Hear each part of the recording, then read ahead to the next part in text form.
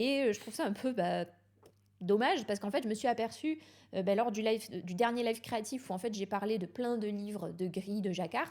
Et je disais, mais par exemple, là, ce motif, c'est un motif qu'on voit chez beaucoup de designers et en fait, c'est un motif qu'on voit dans beaucoup de livres de dictionnaires de points, en fait. Mhm. Euh, et en fait, je dois avouer que parfois j'ai du mal à comprendre pourquoi il y a ce non-dit de la part des designers sur les dictionnaires de points. Les dictionnaires de points, c'est comme pour le coup, je reprends cette phrase parce que j'avais trouvé ça intéressant de l'aborder dans le live créatif et je pense qu'on pourrait le développer un petit peu plus en podcast.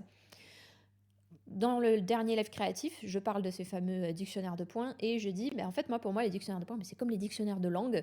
Il en faut plusieurs, il en faut beaucoup, il en faut de différentes dates, il en faut de différentes personnes, si possible.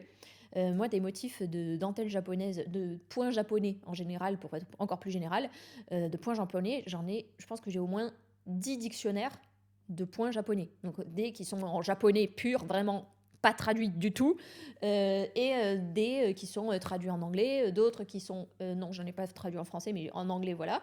Euh, Par exemple, celle qui revient le plus, c'est la fameuse Ito Mishida.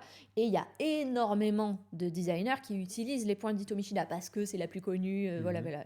Et surtout, c'est les points qui sont les plus à la mode, c'est les points que l'on voit le plus.